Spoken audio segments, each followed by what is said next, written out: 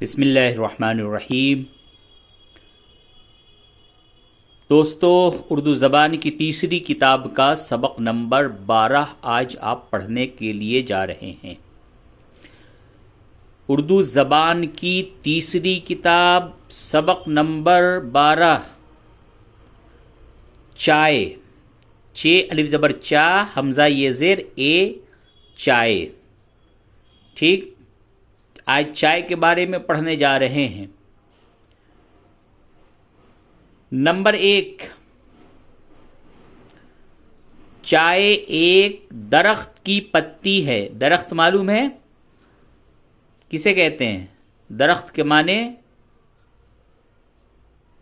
پیڑ پودا، پیڑ پودے کو درخت کہتے ہیں،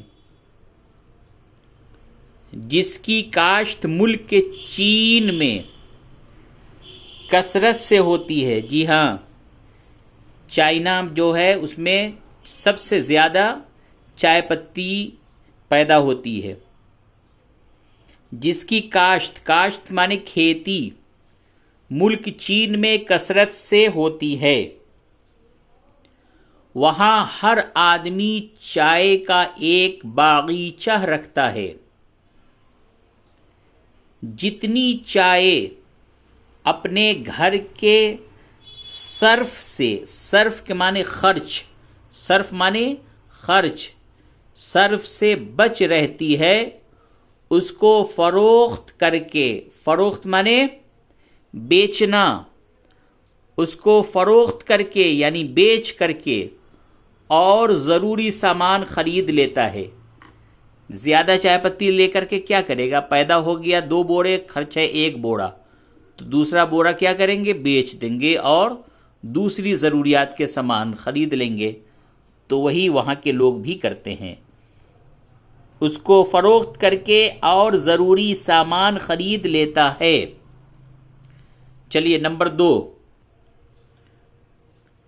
کچھ مدت سے، مدت مانے زمانہ، عرصہ، وقت، تو یہاں پہ وقت ترجمہ کر لیجئے۔ کچھ مدت سے یعنی کچھ وقت سے ملک آسام اور دامن ہمالیہ کے، ہمالیہ پہاڑ جو ہے اسی دامن ہمالیہ یعنی ہمالیہ کے نیچے کا جو حصہ ہے، بعض مقامات میں چائے کے باغ لگائے گئے ہیں۔ وہاں سے لاکھوں روپے کی چائے دوسرے ملکوں کو جاتی ہے۔ نمبر 3، چائے کا درخت بڑی حفاظت اور کوشش سے پرورش پاتا ہے۔ اول ایک قطعہ میں یعنی ٹکڑے میں بیج بو کر پودا تیار کرتے ہیں، پھر اس کو اکھیڑ کر بڑے وسیع قطعوں میں برابر فاصلے پر قطار در قطار جما دیتے ہیں۔ ٹھیک ہے، وہی چائے کا باغ کہلاتا ہے۔ نمبر 4، جب اس کا درخت 3 سال کا ہو جاتا ہے تو پتی چننی شروع کرتے ہیں۔ 3 سال تک انتظار کرنا پڑتا ہے، یوں کہیے کہ 3 سال تک محنت کرنی پڑتی ہے۔ صدہا مانے سینکڑوں مزدور عورتیں اور مرد اس کام میں مشغول رہتے ہیں یعنی لگے رہتے ہیں۔ سال میں 3 بار پتی چنی جاتی ہے، پھر ہری پتی کڑھاؤ میں ڈال کر بھونتے ہیں، ایک آنچ دے کر میزوں پر پھیلا دیتے اور اس کے گولے گولے بنا کر مٹھیوں سے خوب نچوڑ دیتے ہیں۔ نچوڑنے کے بعد اس کو ہوا میں پھریرا کر کے دوسری بار کڑھاؤ میں بھونتے ہیں۔ اب پتیاں چرمر ہو کر ایسی ہو جاتی ہے جیسی تم بکتی ہوئی دیکھتے ہو۔ نمبر 5، چائے کی زراعت یعنی کھیتی نہایت خوشنما ہوتی ہے، یعنی دیکھنے میں بہت ہی بھلی اچھی معلوم ہوتی ہے۔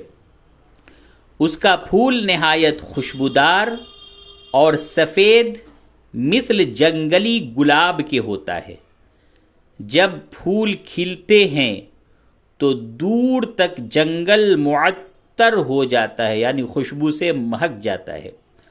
ہوا کے جھونکے چلتے ہیں تو عجب بھینی بھینی بو آتی ہے، بو کا نہیں مہک آتی ہے۔ چائے کی 2 قسمیں ہیں، ایک سیاہ، ٹھیک ہے، دوسری سبز۔ چینی سیاہ کو پسند کرتے ہیں اور روسی سبز کو۔ سبز چائے جانتے ہیں نا، جسے آج ہم لوگ گرین ٹی بولتے ہیں۔ گرین ٹی بہت ہی مشہور ہے۔ جو لوگ ڈائٹنگ کرتے ہیں، اپنا وزن کم کرنا چاہتے ہیں، وہ لوگ گرین ٹی پیتے ہیں، اور بھی گرین ٹی کے آج کل بہت فائدے بتائے جاتے ہیں۔ بھائی جو سیاہ یعنی کالی چائے ہے وہ تو بازار میں فیمس ہے، ہر گھر کی پسند ہے، سب لوگ اسی کو خریدتے ہیں، اور گرین ٹی ابھی اس قدر نہیں بکتا جس قدر سیاہ یعنی کالی چائے بکتی ہے۔ اس لیے اس کے بہت پرچار ہوتے ہیں، بہت فوائد بتائے جاتے ہیں، بہت منافع بتائے جاتے ہیں، تاکہ یہ بھی سیاہ چائے کی طرح یعنی کالی پتی کی طرح گرین ٹی بھی بازار میں فروخت ہونے لگے، یعنی بکنے لگے۔ باقی اگر اس کے اندر وہ فائدے ہیں تو بہت اچھی بات ہے۔ چلیے تو اب یاد کرو ہجے اور معنی۔ اس سبق کے اندر جو مشکل الفاظ آئے ہیں اس کے معنی بھی یاد کیجئے۔ چلیے آگے کیا ہے؟ کاشت۔ کاشت کے معنی کھیتی باڑی، فروخت معنی بیچنا، دامن معنی پلہ، پہاڑ کے نیچے کی زمین، کرتے کے نیچے کا حصہ دامن کہلاتا ہے۔ مقامات جگہیں، مقام کے معنی جگہ اور مقامات معنی جگہیں، یہ جمع ہے مقام کا۔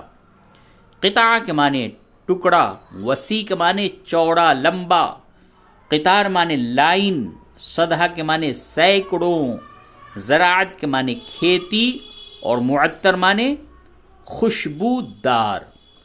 تو یاد کیجئے سبق کو، اور اس کے بعد اپنے کاپی میں اس کو ضرور لکھ لیجئے، تاکہ پڑھنے کے ساتھ ساتھ آپ کو لکھنا بھی آ جائے۔ تو چلیے ہم انشاءاللہ آنے والے سبق میں پھر ملاقات کرتے ہیں، جب تک کے لیے اجازت دیجیے۔